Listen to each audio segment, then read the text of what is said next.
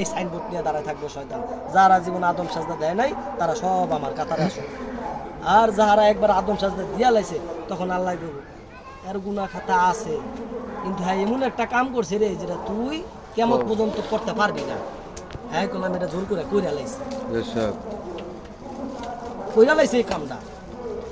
এর জন্য আপনি নামাজ পড়তে যাবেন কোনো বাধা নাই, হজ করতে যাবেন কোনো বাধা নাই, জাকাত দিতে যাবেন কোনো বাধা নাই। আর যখনই আপনি আদম সাজদা করতে যাবেন সকল বাধা, শিরক এটা সেটা আসেনি আছে। কেন?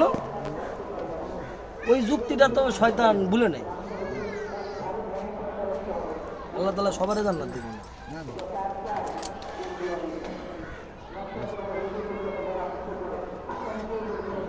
আমি বলছিলাম বলেন তো ইবলিস যেই কারণে পথভ্রষ্ট হয়েছে পথটা কি বন্ধ না চালু, খালি এতটুকু বলেন।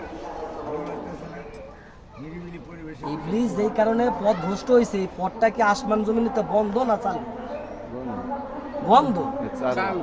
হ্যাঁ চালু, চালু। আলেমে কয় চালু, সবাই কয় চালু। তখন আমি আবার হেরা খপ্পর মেরে ধরি যে ইবলিস যেই কারণে পথভ্রষ্ট হয়েছে পথটা যেহেতু চালু। আচ্ছা বলেন তো কি কারণে ইবলিস পথভ্রষ্ট হয়েছে? কয় আল্লাহর হুকুম মানে নাই। কি হুকুমটা মানে নাই? কয় আল্লাহর আদেশ মানে নাই। আরে কি আদেশটা মানে নাই? চোখে খেয়াল করেন, আদেশটা তো বহুত রকমের আছে। না না চোখে খেয়াল করে আর নাই, উষ্টা গেছে কুষ্টার ভিতরে বুষ্টা দিছে। কি আদেশটা বলেন? ওই ভাড়ার ভিতরে কাটা দিছে। লাস্টে গিয়ে আর কোন কিনা না পাইরা আদমকে সাজদা করে না। তাহলে এই পথটা চালু আছে, আপনি একটু আগে স্বীকার গেছেন। আপনি কি এই কাজটা করছেন? আপনি তো জায়গা মতো ধরা খেয়ে গেলেন। ওই যে হেডের দ্বারা গেল আপনি যে কোন দলে আছেন, এবার আপনার ঘরে গিয়ে অঙ্ক করে দেন গা। তা আমাকে কই আপনি আদম সাজদা করেন সেরে। আমি কোরআন দর্শন একটু কথা বলি। আমি দেখেন আমি আদম সাজদা করি, দেখেন এটার পক্ষে কে আছে। আমি কোরআন পড়ে দেখলাম আল্লাহ তাআলা সূরা বাকারার 34 নম্বর আয়াতে কইলো অজুদুলি আদামা, তো আল্লাহ এটার পক্ষে আছে।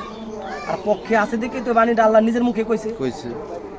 ফেরেশতারা দিল আদম সাজদা, তো ফেরেশতারাও আমার পক্ষে।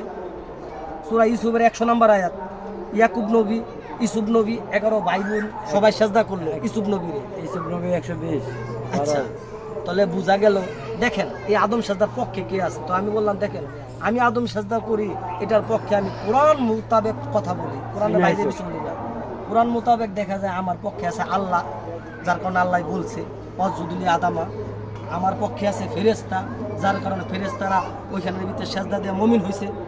আমার পক্ষে আছে ইউসুফ নবী, ইয়াকুব নবী, 11 ভাই বোন, এই হলো আমার পক্ষে। এইবার আসি তো আপনি যে আদম সাজদার বিপক্ষে, এবার দেখি পবিত্র কোরআনে কি বলে।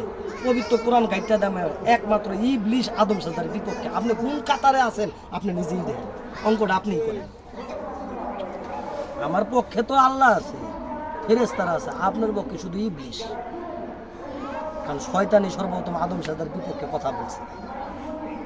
লালার হলো মিলবো কেমনে রে ভাই? আল্লাহ তাআলার প্রথম দিনের বাণী হইতেছে আদমকে সাজদা করো, এটাই তো শেষ করে দিই। কলা গাছ 3টা, হলুদ না হয়ে তো লাল হইতে আছে না। আগে হলুদ পরে লাল, তারপরে সাদা।